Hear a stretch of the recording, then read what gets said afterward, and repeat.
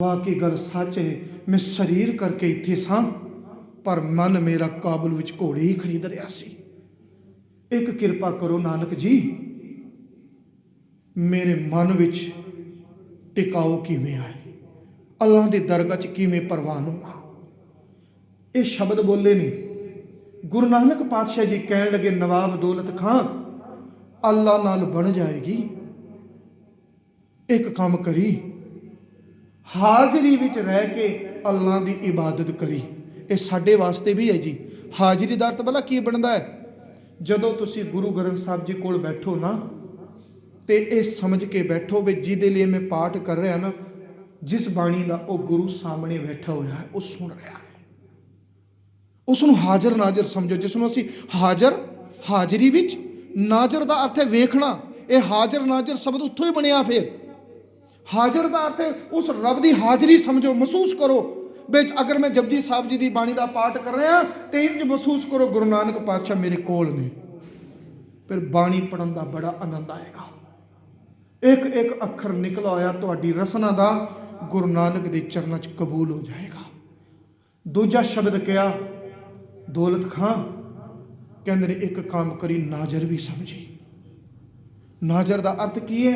जिसनों तू समझ रहा हाजर है, मत इस भरम विच रही कि वह तेनों वेखदा नहीं, वो तेरे वल वेखदा भी पिया है, तू करदा की पिया है। जदों तेरे मन विच ये गल आ जाएगी भी जिस दी मैं इबादत कर रहा वो हाजिर है, कला हाजिर नहीं, वो मैनूं वेखदा भी पिया होया है, मैं किस ढंग नाल संगत कीती, मैं किस ढंग नाल बाणी पढ़ी। हाजर नाजर। ते दूजी गल कही, कहते मन के फुरनिਆਂ ਨੂੰ इकागर करके पढ़ी। अगर तेरा मन का फुरने खिंडर गए तो समझ लो ना हाजिर रहेगा तो ना नाजर रहेगा। सारी खेड़ तो मन ने फुरनिਆਂ दी है ना।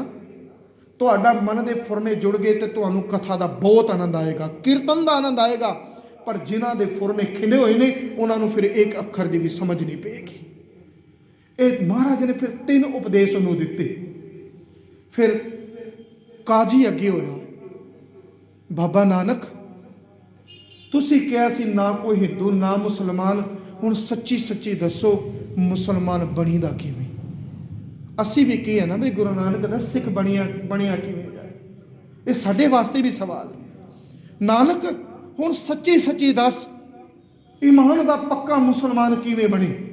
फिर गुरु नानक जी ने उत्थे एक शब्द उच्चारण किया, महर मसीत। महर का अर्थ है जी दया। कहते तुसी संगमरमर दी पत्थर दी मसीत विच तां रोज झुकदे हो, कदे अपने अंदर दया दी मसीत बनाओ, वेखो किन्नी क रहमत वरसेगी। साडे अंदर अगर दया नहीं ना, भावें ये गुरु घर तुसी सोने दे बना लवो, सोने दे गुरु घर विच तुसी झुक जाओ, बाबा नानक कह रहे परवान नहीं होगे। अंदर दी मसीत बनाओ, अंदर दा गुरु घर बनाओ। कहते ने महर मसीत, काजी दया दी मसीत बना, लोगों के उत्ते दया करया करो। दया नहीं जिन्ना मर्जी नवाज ते सिजदे करी जाओ, कबूल नहीं होगे।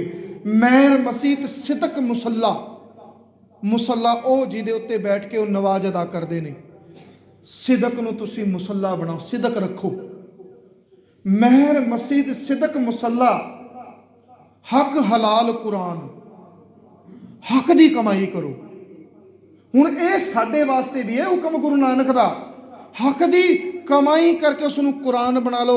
जदों तुहाडी हक कुरान बन जाएगी, तुहाडे अंदर ही मसीत बन जाएगी। मार के महर मसीत सिदक मुसल्ला हक हलाल कुरान, शर्म सुन्नत जिहड़ी तुसीं सुन्नत करदे हो। शर्म का अर्थ वैसे लज्जा भी है जी। कहते ने फिर विकारा वालों अपनी इंद्रियां नूं रोक। जदों तेरे इंद्रे विकार करन उस वेले लज्जा कर भी नहीं मैनू अल्लाह वेख रहा है। शर्म सुन्नत, सील रोजा।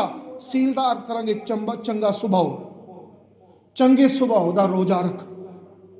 कहते ने जदों तू हो मुसलमान, इस तरह का मुसलमान अल्लाह नूं प्यारा है कि महाराज ने फिर यह समझाया। कहते फिर जेड़ा दौलत खां सी ना, एक गुरु नानक के कदमां ते झुकण लग्या, काजी झुकण लग्या। जदों महाराज ने परिभाषा दसी भी इहो जिहा मुसलमान बनो, दया रखो, तुहाडे अंदर संतोख होना चाहिए, ਤੁਹਾਡੇ ਅੰਦਰ ਸੀਲ ਸੈਨਤਾ ਹੋਣੀ ਚਾਹੀਦੀ, ਚੰਗਾ ਸੁਭਾਅ ਹੋਣਾ ਚਾਹੀਦਾ, ਸ਼ਰਮ ਤੇ ਲੱਜਾ ਹੋਣੀ ਚਾਹੀਦੀ ਪਾਪ ਕਰਦਿਆਂ ਸਮੇਂ। ਕਹਿੰਦੇ ਜਦੋਂ ਤੁਹਾਡੇ ਅੰਦਰ ਇਹ ਗੁਣ ਆ ਜਾਣਗੇ, ਹੋ ਮੁਸਲਮਾਨ, ਫਿਰ ਤੁਸੀਂ ਮੁਸਲਮਾਨ ਬਣ ਜਾਓਗੇ। ਇਹੀ ਸਾਡੇ ਵਾਸਤੇ ਤਾਂ ਅਸੀਂ ਸਿੱਖ ਬਣਾਂਗੇ ਜੇ ਸਾਡੇ ਅੰਦਰ ਦਇਆ ਹੋਏਗੀ, ਸਾਡੇ ਅੰਦਰ ਸਿਦਕ ਹੋਏਗਾ। ਹੱਕ ਦੀ ਕਮਾਈ ਕਰਦੇ ਹਾਂ ਤਾਂ ਸਿੱਖ ਹਾਂ, ਸਾਡੇ ਅੰਦਰ ਲੱਜਾ ਹੈ ਪਾਪ ਕਰਦੇ ਹਾਂ, ਸਾਡੇ ਅੰਦਰ ਚੰਗਾ ਸੁਭਾਅ ਹੈ ਤੇ ਸਮਝ ਲਓ ਅਸੀਂ ਸਿੱਖ ਹਾਂ। ਜੇ ਇਹਨਾਂ ਵਿੱਚੋਂ ਇੱਕ ਵੀ ਗੁਣ ਨਹੀਂ ਤੇ ਫਿਰ ਅਸੀਂ ਵੀ ਸਿੱਖ ਨਹੀਂ। ਜੇ ਉਹ ਮੁਸਲਮਾਨ ਨਹੀਂ ਤੇ ਫਿਰ ਅਸੀਂ ਵੀ ਸਿੱਖ ਨਹੀਂ। ਇਹ ਹੁਕਮ ਸਾਰਿਆਂ ਦੇ ਉੱਤੇ ਲਾਗੂ ਹੈ। ਦੌਲਤ ਖਾਂ ਬਾਬੇ ਨਾਨਕ ਨੂੰ ਕਹਿਣ ਲੱਗਾ ਹੱਥ ਜੋੜ ਕੇ, ਬਾਬਾ ਜ਼ਮੀਨ ਵੀ ਤੇਰੀ, ਘਰ ਵੀ ਤੇਰਾ, ਸਮਰਪਣ ਆ ਗਿਆ ਨਾ ਹੁਣ ਕਿ ਮੇਰਾ ਮੁਝ ਵਿੱਚ ਕੁਛ ਨਹੀਂ। ਉਹ ਅਵਸਥਾ ਬਣ ਗਈ ਸੁਣ ਕੇ। ਕਹਿੰਦੇ ਨੇ ਜ਼ਮੀਨ ਵੀ ਤੇਰੀ, ਰਾਜ ਭਾਗ ਵੀ ਨਾਨਕ ਤੇਰਾ, ਮੈਂ ਹੁਣ ਤੇਰਾ ਨੌਕਰ, ਤੂੰ ਮੇਰਾ ਮਾਲਕ, ਮੈਨੂੰ ਛੱਡ ਕੇ ਨਾ ਜਾਈ ਨਾਨਕ, ਤੂੰ ਮੇਰੇ ਘਰ ਵਿੱਚ ਰਹੀ। ਗੁਰੂ ਨਾਨਕ ਪਾਤਸ਼ਾਹ ਕਹਿਣਗੇ, ਨਵਾਬ ਦੌਲਤ ਖਾਂ, ਅਸੀਂ ਹੁਣ ਨੌਕਰੀ ਅੱਲਾ ਦੀ ਕਰਨੀ ਏ, ਹੁਣ ਤੇਰੀ ਨੌਕਰੀ ਨਹੀਂ ਕਰਨੀ। ਤੇਰੇ ਘਰ ਨੌਕਰ ਬਣ ਕੇ ਆਏ ਸਾਂ ਤੈਨੂੰ ਅੱਲਾ ਦੇ ਨਾਲ ਜੋੜਨ ਵਾਸਤੇ। ਕਹਿੰਦੇ ਨੇ ਫਿਰ ਜਦੋਂ ਝੁਕ ਕੇ ਉਸਨੇ ਗੁਰੂ ਨਾਨਕ ਦੇ ਕਦਮ ਫੜੇ, ਗੁਰੂ ਨਾਨਕ ਪਾਤਸ਼ਾਹ ਜੀ ਨੇ ਉਸੇ ਵੇਲੇ ਝੁਕ ਕੇ ਸੀਨੇ ਨਾਲ ਲਾਇਆ। ਉਮਰ ਵਿੱਚ ਵੱਡੇ ਸਨ। ਨਵਾਬ ਦੌਲਤ ਖਾਂ, ਤੁਸੀਂ ਹੁਣ ਅੰਦਰੋਂ ਝੁਕ ਗਏ ਹੋ। ਪਹਿਲੇ ਸਰੀਰ ਨਾਲੋਂ ਝੁਕਦੇ ਸੀ, ਜਿਹੜਾ ਅੰਦਰੋਂ ਝੁਕਦਾ ਵੇ ਔਰ ਰੱਬ ਦੀ ਦਰਗਾਹ 'ਚ ਪ੍ਰਵਾਨ ਹੋ ਗਿਆ। ਹੁਣ ਤੁਸੀਂ ਨਾਨਕ ਦੇ ਸੀਨੇ ਵਿੱਚ ਵਸ ਗਏ।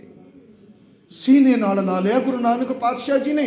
ਤੇ ਸ਼ਬਦ ਭਲਾ ਕਿਹੜੇ ਕਹੇ ਸਨ, ਜੋ ਕੁਝ ਮੰਗੇਗਾ ਦੌਲਤ ਖਾਂ ਮਿਲੇਗਾ। ਭਲਾ ਮੰਗਿਆ ਕੀ ਸੀ? ਨਾਨਕ ਜੀ, ਮੈਂ ਕੁਰਾਨ ਸ਼ਰੀਫ ਵਿੱਚ ਪੜ੍ਹਿਆ ਕਿ ਆਕਾਸ਼ ਤੱਤ ਵੀ ਵਿਨਸ ਜਾਂਦਾ ਹੈ, ਧਰਤੀ ਤੱਤ ਵੀ ਵਿਨਸ ਜਾਂਦਾ ਹੈ, ਕੇਵਲ ਜਿਹੜਾ ਜਲ ਤੱਤ ਹੈ ਨਾ ਉਹ ਸਦਾ ਥਿਰਤਾ ਰਹਿੰਦਾ ਹੈ। ਉਹਦਾ ਭਲਾ ਕਹਿਣ ਦਾ ਕਾਰਨ ਕੀ ਸੀ?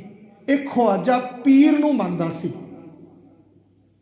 ਦੌਲਤ ਖਾਂ ਲੋਧੀ ਪਲਾ ਹੋਆ ਜਿੰਦ ਪੀਰ ਅਬਨਾਸੀ। ਹੁਣ ਇਸ ਨੂੰ ਪੀਰ ਬਣਾਣਗੇ ਗੁਰੂ ਨਾਨਕ ਪਾਤਸ਼ਾਹ। ਇਸ ਨੇ 3 ਬੋਲਾਂ ਦੇ ਅੰਦਰ ਆਪਣੀ ਸਾਰੀ ਗਾਥਾ ਦੱਸ ਦਿੱਤੀ। ਮਹਾਰਾਜ ਨਾਨਕ ਜੀ, ਆਕਾਸ਼ ਤੱਤ ਵੀ ਵਿਨਸ ਜਾਂਦਾ ਹੈ, ਧਰਤੀ ਤੱਤ ਵੀ ਵਿਨਸ ਜਾਂਦਾ ਹੈ। ਮੈਂ ਸੁਣਿਆ ਜਲ ਤੱਤ ਨਹੀਂ ਉਹ ਵਿਨਸਦਾ। ਮਹਾਰਾਜ ਹੱਸ ਪਏ। ਖਵਾਜਾ ਦੀ ਇਬਾਦਤ ਕਰਦਾ ਹੈ ਨਾ, ਤੈਨੂੰ ਖਵਾਜਾ ਬਣਾ ਦੇਵਾਂ।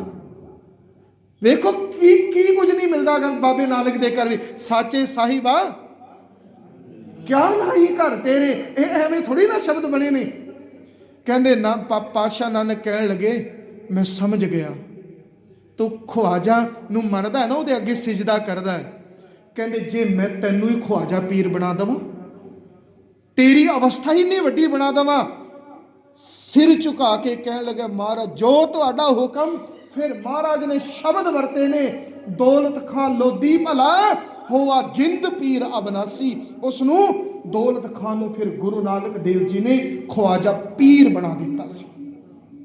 ਪੀਰ ਜਾਣ ਕੇ ਤੋਂ ਦੁਨੀਆ ਦੇ ਵਿੱਚ ਜਾਣਿਆ ਜਾਏਗਾ। ਉਹ ਦੌਲਤ ਖਾਂ ਜਿਹੜਾ ਪਹਿਲੀ ਵਾਰੀ ਹੁਕਮ ਕਰਦਾ ਸੀ, ਅੱਜ ਉਹ ਦੌਲਤ ਖਾਂ ਗੁਰੂ ਨਾਨਕ ਦੇਵ ਜੀ ਨੂੰ ਸੁਣ ਕੇ, ਗੁਰੂ ਨਾਨਕ ਪਿਤਾ ਦੇ ਦਰਸ਼ਨ ਕਰਕੇ, ਆਪਣੇ ਆਪ ਨੂੰ ਸਮਰਪਣ ਕਰਕੇ, ਗੁਰੂ ਨਾਨਕ ਪਿਤਾ ਦਾ ਸੇਵਕ ਬਣ ਕੇ ਅੱਜ ਉਹ ਦੌਲਤ ਖਾਂ ਜਿੰਦ ਪੀਰ ਬਣ ਗਿਆ। ਅੱਜ ਅਸੀਂ ਤਾਂ ਉੱਥੇ ਦੇ ਉੱਥੇ ਖਲੋਤੇ ਹੋਏ ਹਾਂ। ਸੁਣਦੇ ਤਾਂ ਅਸੀਂ ਵੀ ਹਾਂ ਗੁਰੂ ਨਾਨਕ ਨੂੰ, ਤੱਕਦੇ ਤਾਂ ਅਸੀਂ ਵੀ ਹਾਂ ਗੁਰੂ ਨਾਨਕ ਨੂੰ। ਫਿਰ ਸਾਡੇ ਕੋਲ ਕਮੀਆਂ ਕਿੱਧਰ ਨੇ? ਉਹ ਕਮੀ ਇਹ ਹੈ, ਅਸੀਂ ਗੁਰੂ ਦੇ ਦੱਸੇ ਉੱਤੇ ਮਾਰਗ ਤੇ ਨਹੀਂ ਤੁਰਦੇ। ਜੋ ਗੁਰੂ ਨੇ ਕਿਹਾ ਉਸ ਨੂੰ ਅਸੀਂ ਸੁਣ ਜ਼ਰੂਰ ਲੈਂਦੇ ਹਾਂ, ਉਸ ਨੂੰ ਅਸੀਂ ਕਮਾਉਂਦੇ ਨਹੀਂ। ਇਸ ਕਰਕੇ ਸਾਡਾ ਜੀਵਨ ਉੱਥੇ ਦਾ ਉੱਥੇ ਹੀ ਖਲੋਤਾ ਰਹਿੰਦਾ ਹੈ। ਸੋ ਪਰਸੋਂ ਧੰਨ ਧੰਨ ਬਾਬਾ ਦੀਪ ਸਿੰਘ ਜੀ ਦਾ ਪ੍ਰਕਾਸ਼ ਦਿਹਾੜਾ, ਉਹਨਾਂ ਦਾ ਜਨਮ ਦਿਹਾੜਾ ਆ ਰਿਹਾ ਹੈ। ਉਹਦੇ ਮੁਤਲਕ ਦਾਸ ਵਿਚਾਰ ਕਰ ਰਿਹਾ ਸੀ ਕਿ ਬਾਬਾ ਲਹਿਣਾ ਜੀ ਦੇ ਜੀਵਨ ਦੀ ਵਿਚਾਰ ਕਰਨ ਦੀ।